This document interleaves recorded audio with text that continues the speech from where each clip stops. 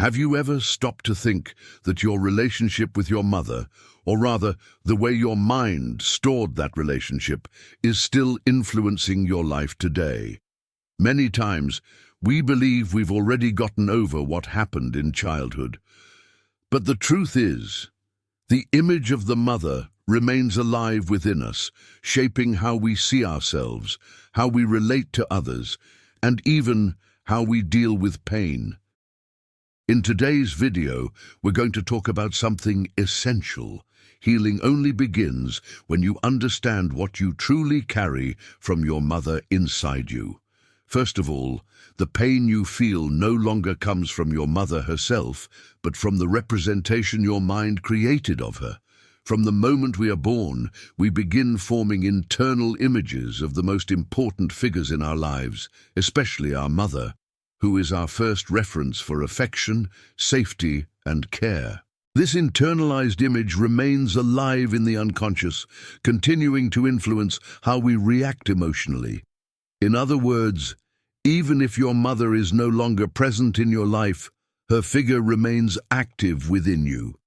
That's why so many adults still feel a mix of fear, guilt, or an intense need for approval when they think about their mother. It's not necessarily the real mother, it's the image the mind constructed of her. And this distinction is crucial because it shows that the power to change doesn't lie in the past, but in how you relate to that image today. Let's understand this better.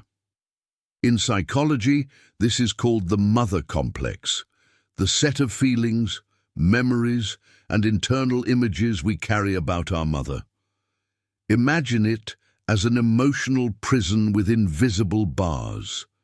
You can't see the prison, but you feel a critical inner voice repeating judgments and demands. You feel an emotional emptiness that never seems to be filled. You feel a constant need for approval, as if nothing you do is ever enough.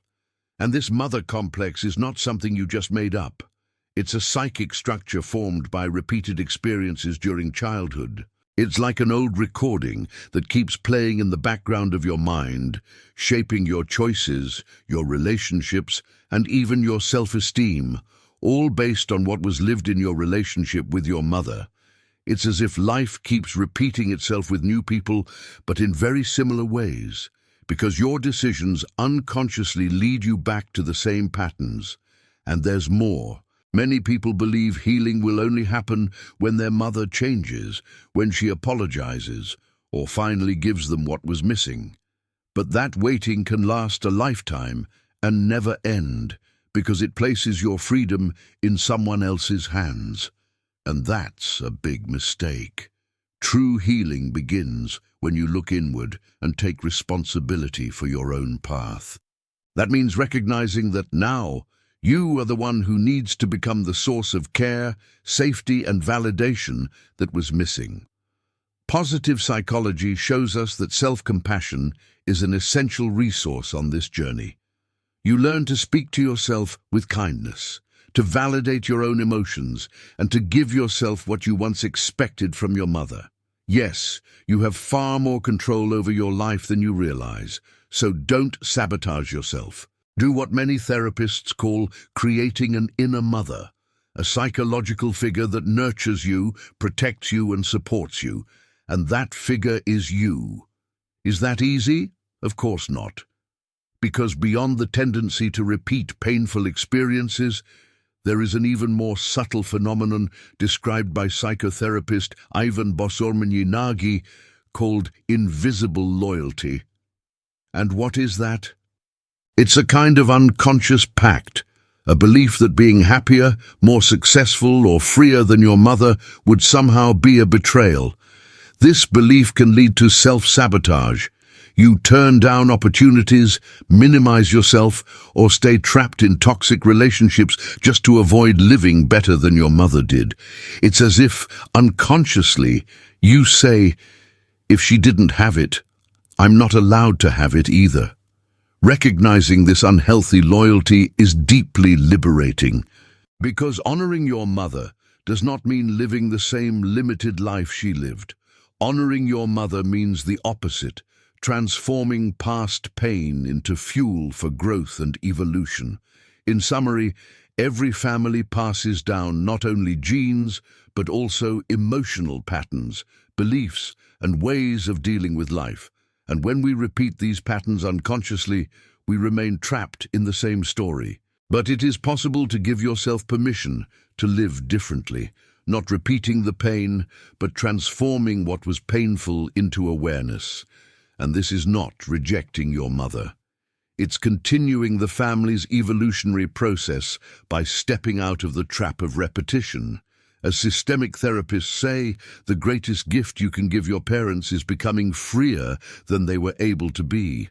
Breaking patterns means interrupting cycles of silence, violence, emotional neglect, or excessive criticism, opening space for a more authentic and ultimately happier life.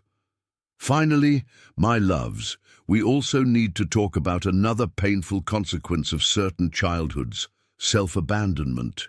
When a child doesn't receive enough emotional care, they learn to stay quiet, minimize their needs, and adapt in order not to lose the bond with their mother. And in adulthood, this pattern continues. You ignore your emotions, overwork yourself, treat yourself with the same harshness you once received, and repeat with yourself everything that was done to you early in life. That's why breaking self-abandonment is essential.